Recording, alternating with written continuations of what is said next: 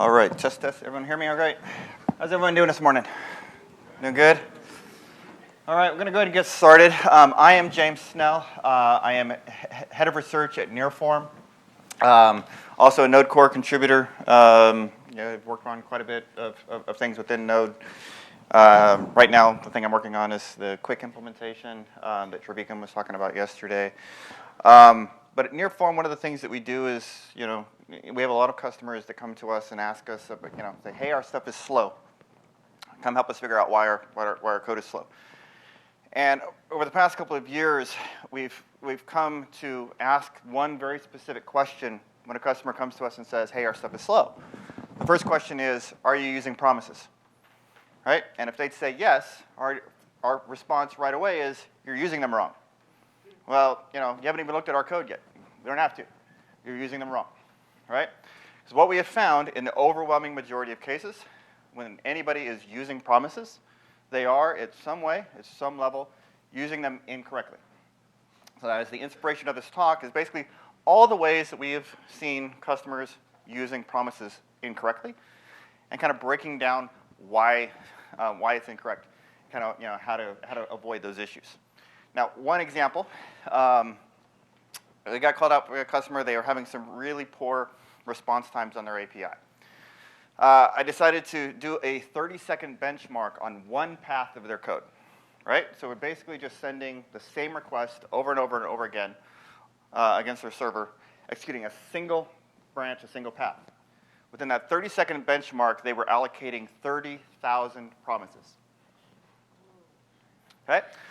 I'll explain why in just a little bit. But there are a few other examples like that I will share with you. All right? So promises are powerful. Yes, they're in the language. You really have to understand how they function and what their purpose is, right? When to use them, and especially when not to use them. All right?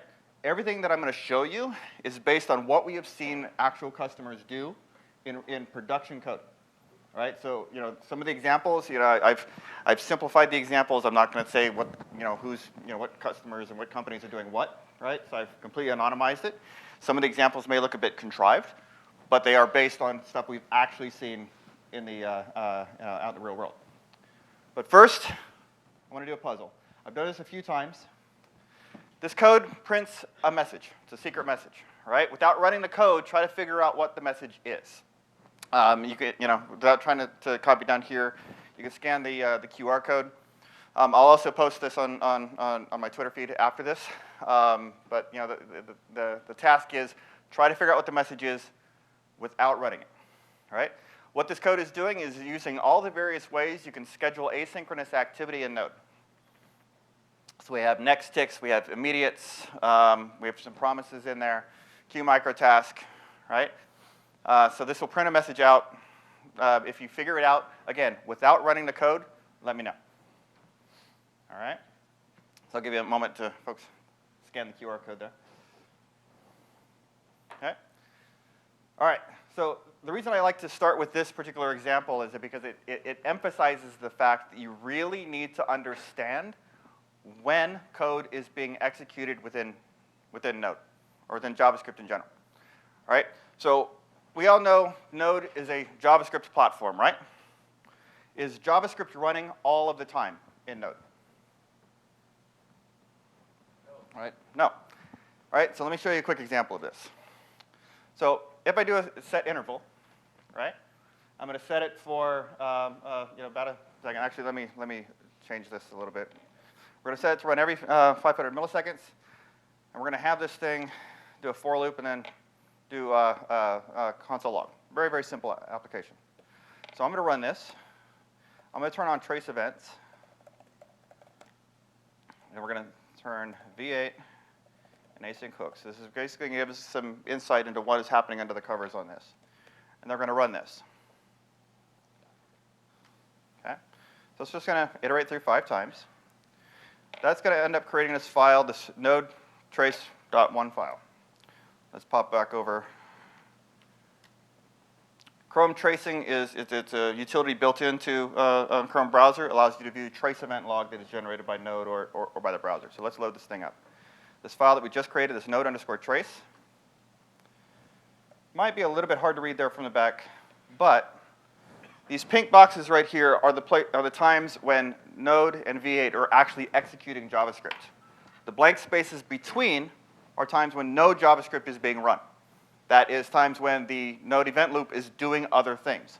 In this case, it's waiting for that event, for that timer to fire, right? So within that time, the event loop is actually spinning, right? But while the pink boxes are executing, the event loop is not spinning. The event loop is completely blocked, okay? Now, when we say schedule asynchronous activity, what we're talking about is in one of the pink boxes, triggering some action that is not going to complete until another pink box starts, okay? On this. So basically, like if we want to do a file read, right? File reads in Node happen in a thread pool. So we trigger the file read. It's going to go off and read the file in a separate thread. When the data is available, after the event loop turns, right? It'll see, okay, that data is available now. Then it'll start executing JavaScript again, all right? With a promise, you never, ever want to create a promise that resolves within the same execution block that it was created, if you can avoid it, all right? When I say you can avoid it, if you're using like promise.resolve, right, that is explicitly a synchronous promise, right? With promises that you don't ever use them where they resolve in the same block. You want to use it to, when you create it, you're scheduling some asynchronous activity. It's happening off the main event loop, and then it's going to come back and execute later on, right? That's key. That's number one. And I'll get into a little bit about why that is a little bit later. Okay, so people do weird things with async functions and promises. They pass them to functions that don't expect them. So creating an immediate timer with an async function, or setting a recurring timer with an async function. What happens in this case if this throws?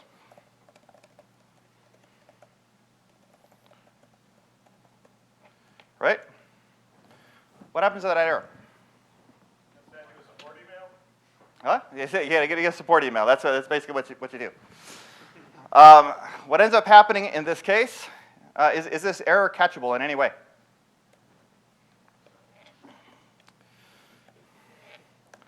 No. You can do a try catch inside this thing, but then your error handling is limited inside there. You can't bubble it out anywhere, right? So with this case, what you end up with is an unhandled rejection. You can't actually catch any errors thrown within that async function outside of that function, right?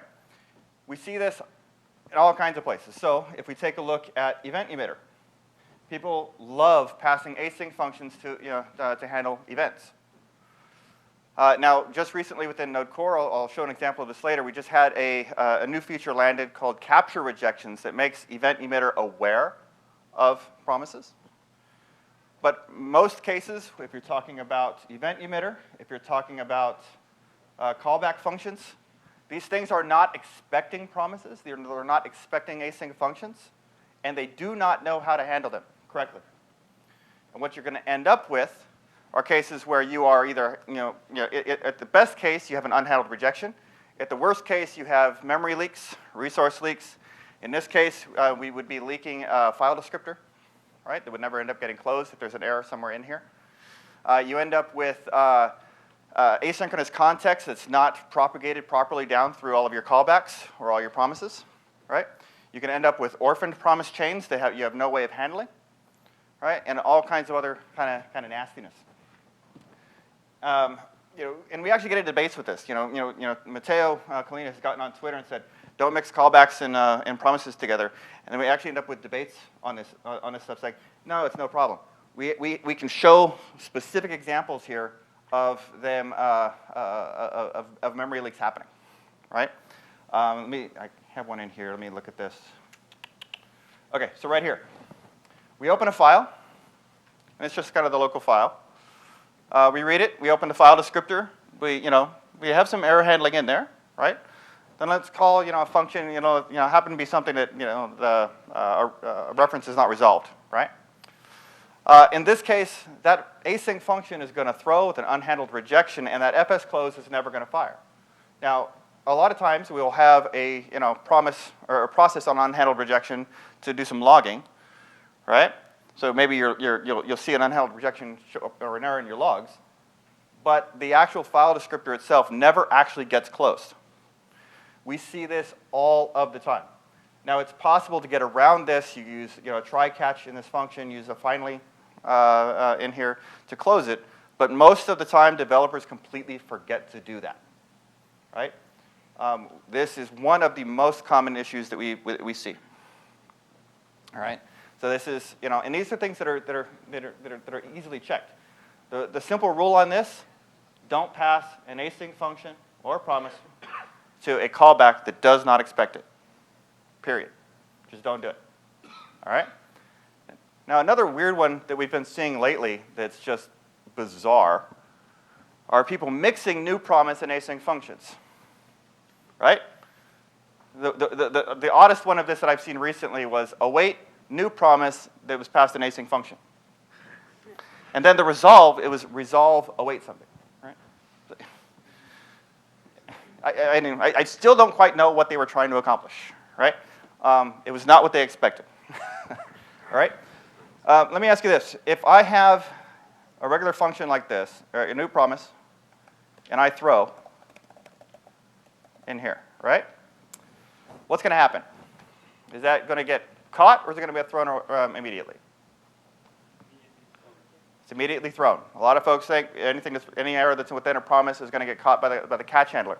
It is not, right? It is only caught if it happens in a dot then or a dot catch, right? In one of in the chain.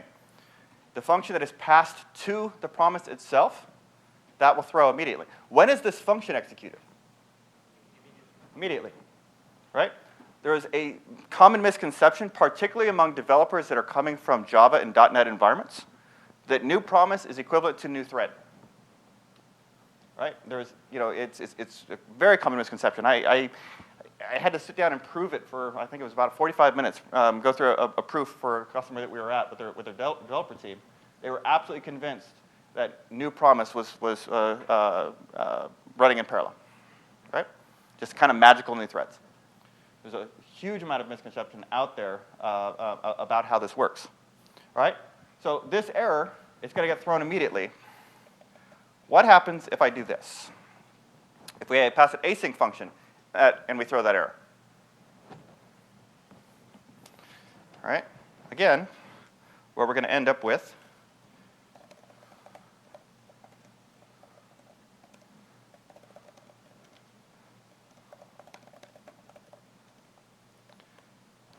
is an unhandled rejection. All right? Now, do you think the catch handler is going to catch it? Let's just console log it, right? Or console log the message, right?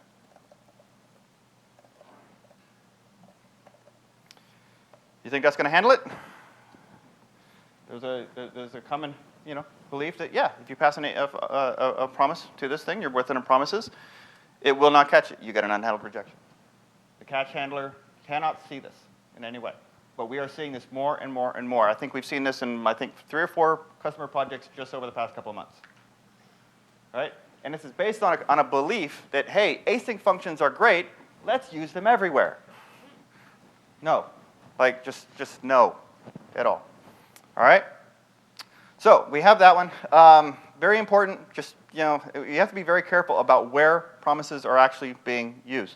They are a very specific tool that are used only for scheduling asynchronous activity and waiting for the results of that activity. Right? But as we'll see as we go along, there's lots of other ways that people are abusing these things. All right? So let's move forward here. All right. So if we're not going to be passing an async function to a callback, if we are not supposed to be mixing these things, how do we actually get by it? Right? The answer is, if you're going to be using promises, go all in on promises. If you're going to be using callbacks, just do everything callbacks. Right? If you're going to be mixing them, it actually gets very complicated. I'll show you an example of kind of doing it right, and I'll show you how complicated it gets. In this case, we're using promises throughout the entire thing. So we're using the promise-fied version of the FS module, right? So we have a promise-fied version of open that we can await. What this version of open gives you is a file handle object that will automatically close if you forget to do it. Now, it'll give you a warning, but it will go ahead and clean up after itself if you forget to do it, to avoid that memory leak. But it'll be noisy when it does it. It'll say, hey, you should be explicitly closing this thing. Do that next time. All right? So this is a much safer way of doing this. Error handling is consistent throughout, and we're properly propagating errors in context here. All right? So just as a general rule, do not mix callbacks and promises. Do one or the other. All right? Now, it is possible, like I said, to combine them, but it becomes much more complicated. All right? So in this particular case, I'm creating the promise. I have the resolve reject. I have two nested callbacks that are happening. Right? I'm having to propagate the reject through those different levels. So this is, if you've heard of callback hell, this is, callback and promise hell, and it just gets even nastier. Right? And the problem, the reason this is nasty is that promises and callbacks operate on two completely different abstraction models, right? Yes, both involve scheduling async activity, but how they are resolved, how they, in the execution model, are entirely different and incompatible with one another. So you have to kind of munge them together in order to get them to work. Now, utilities like util.promisify, which will take a callback function and wrap it, it does quite a bit of work under the covers to make sure this is done correctly. Right? So make use of util.promisify. I have a few examples of that in here. Like you can do, if you want a promisfied version of set timeout, then you can do, let's say sleep equals util promisify set timeout, right? And then from there, sleep actually becomes promisfied, right? You can do whatever, right? Okay, and that actually, it won't block the event loop. It's just a timer that's happening under the covers, but it's been wrapped in a way that does proper propagation of errors. All right. Event emitter. This was mentioned in Giuseppe's talk earlier. If you want to create an event emitter that understands proper error handling with async functions, you can do, let's see.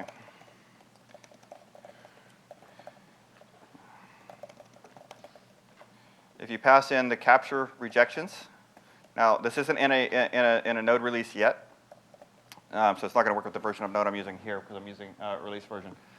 So this will error if it won't work properly if I run the example. But what this will do is if you pass an async function in, if it errors, it will cause a error event to be emitted properly, right? It won't be hidden by the promise chain. Okay. So there are ways to do this correctly. It's just complicated and difficult. And Matteo Collina in his talk yesterday made the point that you might spend a ton of time in your code doing it correctly, but I can guarantee you there's somebody on your team or another team that you're working with that will just do it wrong, right? So it's very difficult to do this consistently. And we have seen this time and time and time again, where especially with people not handling errors correctly, that it just falls down, okay? So, all right, so let's move on. Let's see, here's the event emitter. All right, so in order to do it correctly without Matteo's fix, by the way, if you're on a version of Node that doesn't have the capture rejections yet, you can do it. But what you have to do is within a try catch in your async function, you catch the error, and then you have to make sure you emit that in a process next tick. Right? The reason we have to do that in a process next tick is because emit is a synchronous function. When it is operating, when you call it in this context from within an async function, its error handling is bound to that promise, right? So if you throw, it's just going to be part of the same caught throw, right? And you'll end up with an unhandled rejection. So next tick allows you to escape that, right? It allows you to escape the promise. right? So if you want to, if you're within that and you absolutely want to get out of the promise error handling, you can always use next tick to do so. It's ugly, it's nasty, but it works. All right? Okay. Let's move on a little bit more here. Okay. So the other, this one's fun. How many of you have seen long then chains in your code? Right? Then. The worst one of these that I've seen was about 15 or 16 of these chained. It's in a module that's actually pretty popularly used. We recommend now if we see it, just don't, just don't use it. And what we typically find when people have these long .then chains is that they are being used for basically make the code readable, right?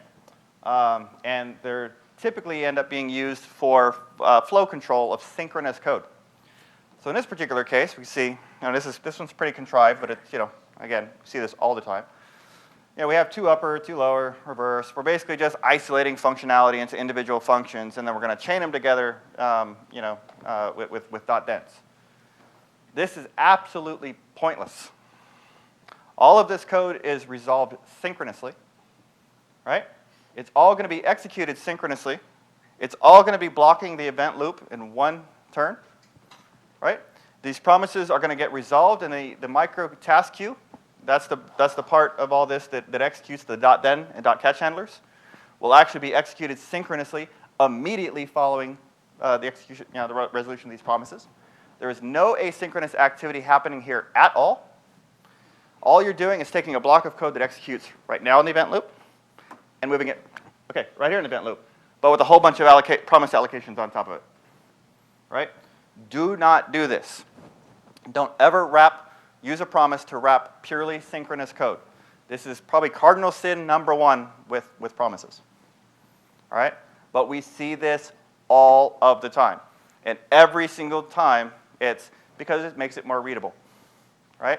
It might make it more readable, but it's going to absolutely kill your performance. We've seen this code like this. We've seen it take code down maybe 60, 70% performance-wise just because they're doing this kind of stuff. All right? To make it even worse, people will do things like make these async functions, right? Which just causes even more promise allocations. When you await an async function, do you know how many promises are created? Just by, if it's just an empty async function that does nothing else, if you await that function, it creates 3 promises. Every time, no matter what else it's doing, right? Every time you await an async function, all right?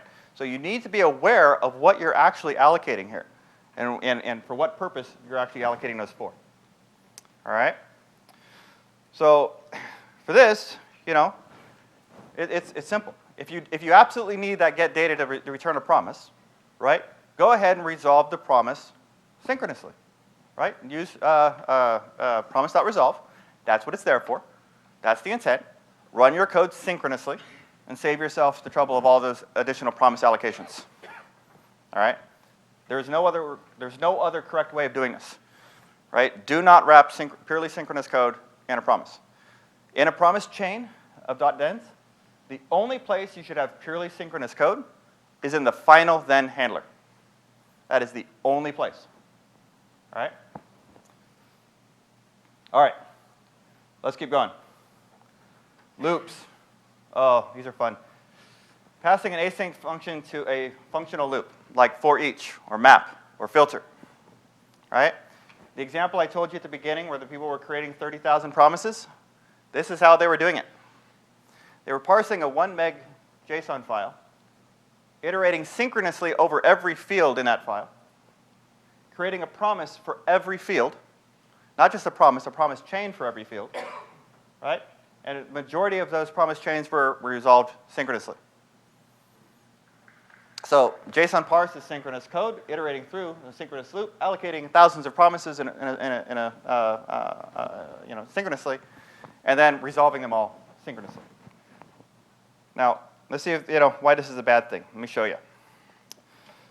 So we're going to go ahead and run run node again with our trace events.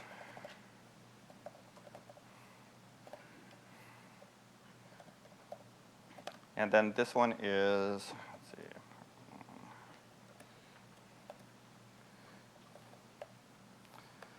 All right, so we're going to let this run for a bit. And all this code is doing, setting a series of numbers and then inverting the values, right? We've got about 1,000 of them in there. All right, so it's going to create that trace event file again. So how many promises do you think were created during that operation? Let's see. Well, no, let's see. Why didn't that go? All right, hold on a second.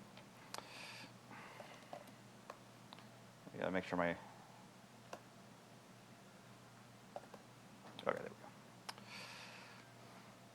All right, so how many were created during that loop? Why is this not coming up with all the information? I think I'm specifying something wrong here. Oh, yeah, no, it's Node.async hooks. Okay. So how many promises do we think? We said 5. Actually, there's about 8,000. And we can see that here. Every single one of these lines is a promise. Several promises. So these are all being created in a synchronous loop, right? And the iteration was 1,000 iterations, right? So we have about 8,000 promises that were created over that synchronous iteration. Now, how do we know it was all synchronous? Let's go all the way down here at the bottom, and we see this V8 execute block, right? So this is synchronous code. If we go back to the trace event log, every single one of those promises was allocated synchronously within the exact same block, right? Now, in these particular promises, we do have a timer, right? So they are scheduling asynchronous activity, but we're still allocating all those promises all at once. And there's code running in those, synchronous code running in each of those, that is causing this massive event loop block. So during this time, that event loop can't do anything else, right? We have one example of a customer. Their system was receiving a whopping 4 requests per second. Right? What was it doing? They were parsing very complex GraphQL queries that on the back end were talking about 10 or 15 back-end services. Right? The way the GraphQL implementation in Apollo works is very promise-heavy. It uses these long promise chains. It goes off and parses the query, walks the query, figures out an execution plan for the query, right? And then kind of goes through and executes the back-end queries and then reassembles the data. Right? Well, they were receiving a large number of timeout errors as they were running this thing, and that's actually what was killing their throughput. What was happening is the back-end services were receiving their queries, and they were returning data back. Right? Now, the way that the event loop works, when there's data that's been returned, it sits in a queue until the event loop turns. And it can say, hey, there's data available. I'm going to go ahead and fire off the callbacks associated with those, right? But timeout timers fire first. So, okay? So the event loop was being blocked long enough. It was sending the request. The backend servers were returning the data. But by the time the event loop turned over, it's like, oh, took too long. So even though the data is sitting there, the system would crash. And they were only getting 4 requests per second through. And their solution to that was to throw 1,000 more servers at it. I mean, okay. That works, I guess. But whenever you're creating promises in a synchronous loop, just don't. Or keep your iterations very, very small. Right? There's an old rule, don't create a closure, right? Limit the number of allocations you're doing in a loop. Same thing here. Every time you create a promise, right, you're allocating something on the heap. Right? So we just created 8,000 objects on the heap, right, in a synchronous loop. That's just not something you want to do. You have to be aware of what's happening when you're creating these promises. All right, so another interesting, this one just qualifies under, I don't have any idea what they're doing or why. Right? Return, await, new promise, async, resolve, resolve first, await. This was based on a real customer example we got like 2 weeks ago. Right? Now what they're doing here is assembling an object over time, right? and these awaits are actually going off and doing database queries, right? And what they want to do is if one of them dies, they don't want to continue, right? So they don't want to go off and execute all these things in parallel. They do want to do them one at a time. So they figured, let's spread it out this way. Where they came up with this return await new promise async, I have no idea. There should be a lint rule against this, and it should just reach out and slap you every time you do it. Right? So what's the correct way of doing this? There's a couple of ways. Let's take a look at one. Well, that's when we're doing it in parallel. All right. No, wait. What is it? Okay. So if we really wanted to wait on it, right, and do these things, the way that they said, we just, do this, right? It's much more readable. It actually makes sense. You're not using strange, syntax that should get you slapped, and it just works. Now in this case, you're still waiting the 600 milliseconds for everything to complete, right? You're still waiting for one to finish first, and if it fails, then you'll stop, right? If you wanted to do it, if you really did want to do it in parallel, then you could use promise all, and goes off and executes these things, all right? Quick comment on promise all, and then I'm coming up to running out of time here. Promise all waits for everything to finish, right? Kinda. It'll short circuit at the first rejection, right? What happens to the other promises? If one of those rejects, what happens to the other promises? They continue. A lot of folks don't know that, all right? It's especially bad when you use promise race, right?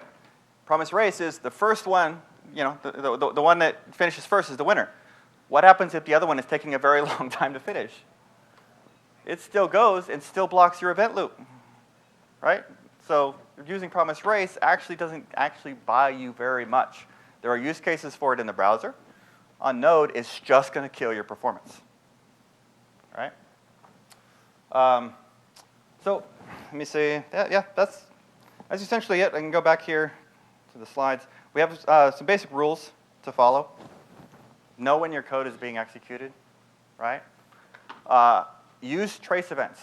If you use the -- trace event categories, and turn on the V8 category, you will see exactly when JavaScript is running, right? You will know when it's not running, right?